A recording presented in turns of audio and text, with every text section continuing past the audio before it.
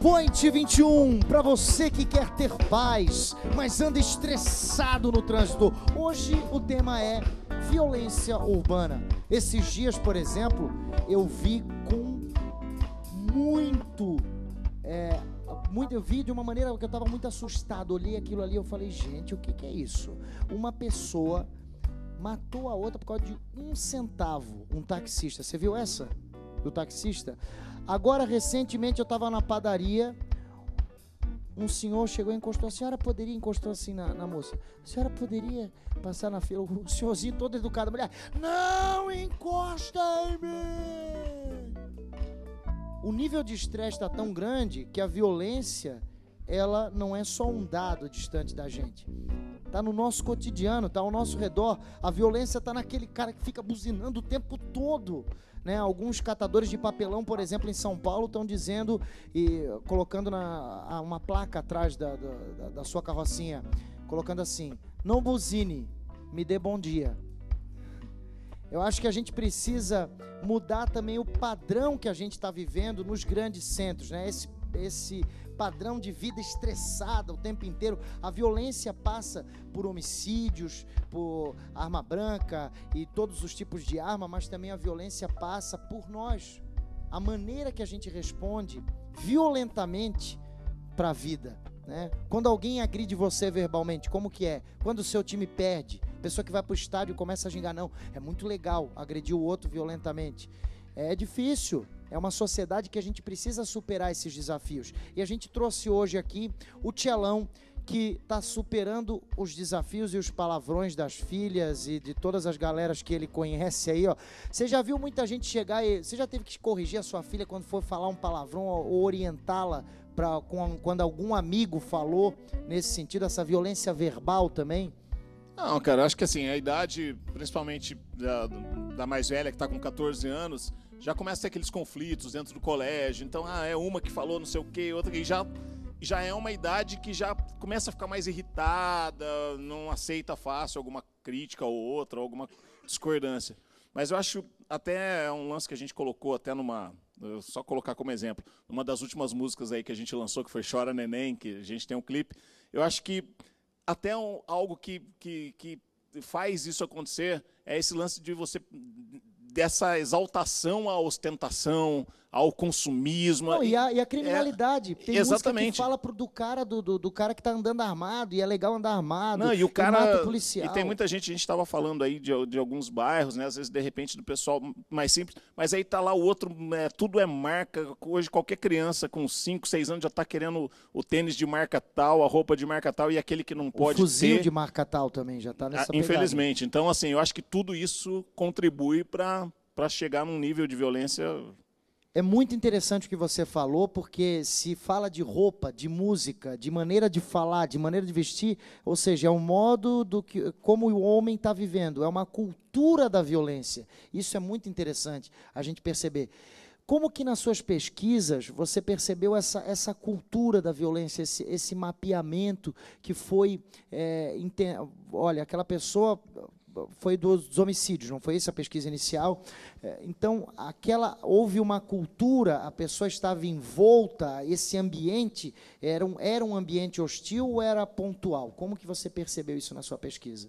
Não, a minha pesquisa, ela não trabalha com, assim, o meu olhar não foi sobre os indivíduos, foi sobre grupos, foi sobre a população como um todo, do Brasil, do estado de São Paulo, da região metropolitana de Campinas. Até porque não é da minha área, não sou psicóloga, é assim, eu não consigo, e eu também não acredito muito que esse grau de violência da sociedade brasileira seja em nível individual, seja coisa dos indivíduos. É uma cultura violenta, sim, eu acho que tem a ver com essa cultura atual do consumismo e que ultrapassa, inclusive, a questão educacional das escolas, os valores, quer dizer, na escola não tem tempo de ensinar valores, a ligação com a comunidade, ensinar coisas que têm a ver com a vida realmente das pessoas. Conta pra gente, então, o que você descobriu com essa pesquisa.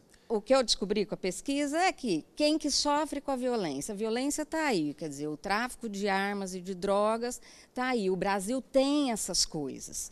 E quem morre e quem está sofrendo a parte negativa dessas coisas, não quem está consumindo ou quem está ganhando dinheiro, quem está morrendo são os jovens negros que moram nas periferias das grandes cidades.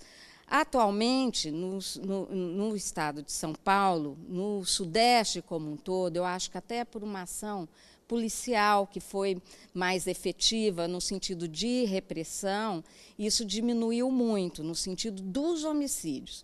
Né? Agora, tem aumentado muito, por outro lado, a mortalidade de jovens por acidente de trânsito. E, de novo, são os homens mais pobres que precisam usar motocicleta para trabalhar, para estudar, são os que mais morrem em acidentes de trânsito. Agora, eu concordo com você, é claro, então nosso trânsito também é violento. A gente é violento no trânsito. O trânsito é violento. O transporte público é violento. A gente não tem isso. E quem precisa do transporte público? E a gente tem que cuidar, porque isso aí, como vai influenciando todo mundo, você chega, às vezes, você entra num ciclo que você... Quando vê aquela pessoa que buzinou, você está em casa brigando com a sua mulher porque você acabou perpetuando essa cultura da violência. Uma coisa interessante que a gente viu aí no outro bloco, a matéria do Grupo Primavera, um trabalho belíssimo com artes, com computação, com reintegração, até mesmo regras de etiqueta, né? Poxa, que interessantíssimo.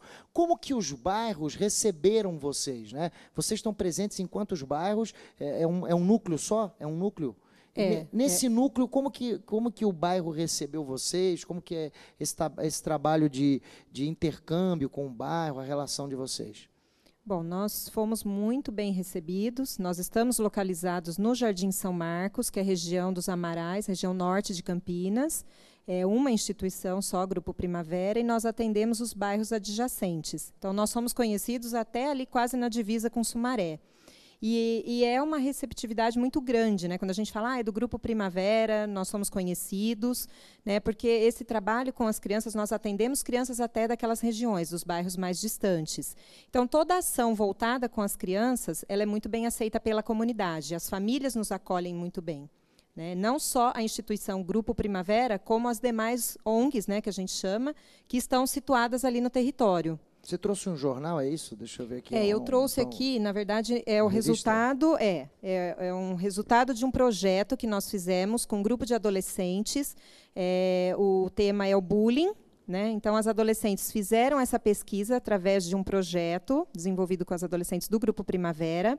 Elas fizeram o levantamento do tema, pesquisaram na internet, elaboraram esse boletim informativo e elas fazem uma apresentação sobre esse assunto na instituição e depois elas também multiplicam junto às demais ONGs. Então, esse projeto ele está acontecendo atualmente. Nossa, muito legal. E nós já visitamos com este projeto 4 ONGs do território. Né? Então, como ele está em andamento, nós pretendemos ainda dar continuidade até, acho que, o final do ano. Fala até de cyberbullying, né? Uma coisa muito interessante, um tema bem abrangente. Aí, né? O bullying na internet. A gente tem falado tanto disso, olha só, achei muito interessante. Veja alguns segredos para se prevenir. As próprias jovens, né? A Tâmara Oliveira diz aqui para a gente: evite postar fotos que possam ser usadas contra você e seus amigos. Não revidar as provocações, recorrer aos pais. Se tiver ligação com a escola, procure a direção. A família deve ficar atenta a mudanças de comportamento e ter diálogo aberto com os filhos. Os pais dos agressores devem ficar sabendo do problema. Olha que interessante. Elas mesmo produzindo o conteúdo, porque eu acho que é interessante não só passar como se os outros, o que Paulo Freire dizia de educação bancária, né? Você vai ali, deposita, está aqui o conteúdo, faça isso, olha só, pessoal, anotou. Não, elas produzem o conteúdo. Isso é muito interessante, isso é um recurso muito importante, né, na educação. Sim, o Grupo Primavera ele trabalha muito os valores sociais com as crianças, né, de forma geral, como foi citado na reportagem, né, na entrevista, e tem esse resultado, né, porque nós procuramos estimular nas crianças a questão do protagonismo social, para elas se sentirem ativas, atuantes e importantes, valorizadas. Porque quando elas saem para fazer as apresentações, aquilo ali, aquele momento para elas é algo que assim, elas estão mostrando o que elas fizeram. E esse estímulo para a criança mostrar o resultado do trabalho é muito gratificante. É o que a gente consegue, né, um resultado satisfatório. Agora, existem, por exemplo, muitas crianças que sofrem violência doméstica. Eu acho que isso é um ponto que a gente pode falar também, porque está na cidade e a gente não pode encobrir. Infelizmente, muitas não sabem a quem recorrer, a mãe esconde porque o pai agride, às vezes o pai agride não só a criança, mas ela mesma. Queria que o Alessandro pudesse orientar a gente, quando há algum tipo de agressão, como quebrar o que a gente está usando, esse ciclo, quebrar essa coisa tão ruim que é uma violência que vai passando de geração para geração. Bom, se ocorrer alguma violência, a primeira coisa é procurar um conselho tutelar, né? Hoje, eu acredito que quase toda cidade tem um conselho tutelar. Se você não tiver um conselho tutelar, ainda você pode buscar uma delegacia e estar informando. Fora isso, você pode até buscar o Ministério Público também, né? O promotor, para estar ingressando, né? Com uma medida até mais dura, né? Mais efetiva, né? No caso. Agora, também há casos em que o jovem é violento, né? O que a lei fala hoje sobre isso, por exemplo? Quais os tipos de agressão? Porque eu até há pouco tempo eu não sabia, por exemplo, que até se você for caluniado, você pode registrar um BO. Eu não sabia disso. Quer dizer, calúnia, vai lá, xingou, calúnia, registra um BO. Que tipo de violência pode ser registrada, por exemplo, num BO, pode procurar um advogado para se defender? Bom, hoje a gente está, a partir do momento que a gente saiu de casa, ou mesmo não saindo de casa, a gente está propício a sofrer uma violência, né? Seja ela pela mídia social, ou seja mesmo por uma, que você falou, né? Você está seu vizinho ou alguém na rua. Se ocorrer uma situação dessa, uma calúnia, o que vai acontecer? Você vai procurar a delegacia e vai ingressar depois, futuramente, ingressar com uma própria ação, né? Mas a medida seria essa. Sim. Tchelão, você já teve que procurar alguma delegacia para fazer algum BO, meu amigo, nesse sentido? Você já teve, por exemplo, num show, alguém já te caluniou, você já levou tomatada, por exemplo, porque você às vezes você leva aplauso, mas já aconteceu alguma coisa assim do cara receber a tua música? Você conhece alguma história de algum amigo roqueiro seu? Não, cara, eu na verdade não tive que procurar ninguém, mas teve uma vez, inclusive, que a gente foi tocar, acho que era uma quermesse, e o pessoal da quermesse chamou a polícia e falou que não estava vendendo mais nada, né? Inclusive, parou de vender, a gente começou a tocar. O barulho estava muito alto. Aí, acho que umas 2 ou 3 vezes chamaram a polícia para parar o show nosso, cara. É absurdo isso, mas rolou.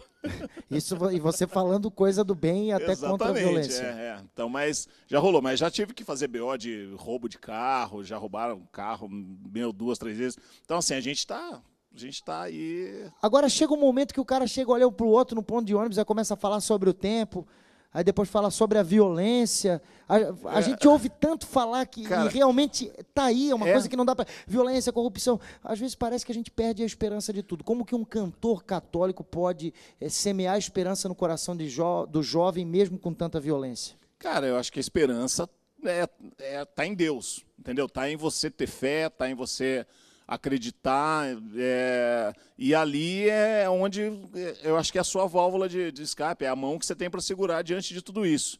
Eu acho que a partir do momento que você entende a palavra de Deus, a partir do momento que você abre seu coração ao amor de Deus, você, sabe, passa a ser uma pessoa, se você de repente tinha alguma tendência, você passa a olhar com outros olhos, sabe? Então você pode mudar, o mundo pode mudar. Eu acho que a única chance do mundo mudar é através de Deus mesmo, da gente voltar os nossos olhos para o amor. Tudo pode ser mudado pela força da oração. Qual é o valor da oração? Fala aí, Padre Air.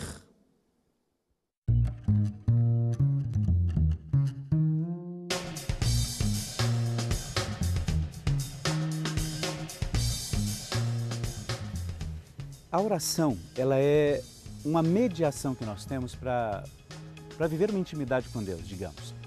Normalmente nós temos uma preocupação muito grande em definir o que é oração. Isso não é legal. Quando a gente tenta definir alguma coisa, principalmente quando se trata de espiritualidade, nunca fica legal, porque a gente passa a viver ou a nos relacionar com aquilo como se nós precisássemos ser formatados para aquela determinada coisa. E quando se trata de oração, é uma manifestação da ação do Espírito Santo em nós.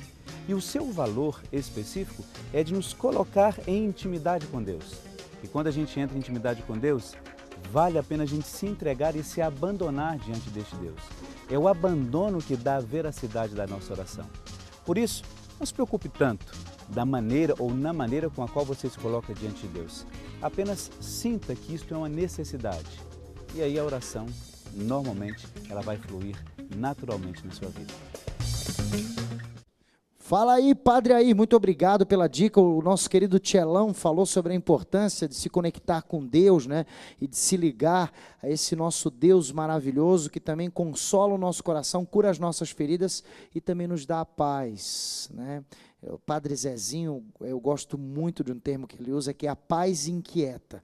Diante da violência, diante dessa cultura de morte, essa cultura de vida que é a vida de Deus, Deus nos dá uma paz que é inquieta. Nós estamos em paz, estamos tranquilos, mas ao mesmo tempo inquietos com tudo isso que está acontecendo com o mundo, e a gente não quer que o mundo fique assim, a gente tem esperança, reza e age para transformar o mundo. A gente vai para o intervalo e volta já já falando sobre caminhada da paz, sobre não violência, sobre como transformar esse mundo. Jovens Transformadores, Poet 21, a gente volta já!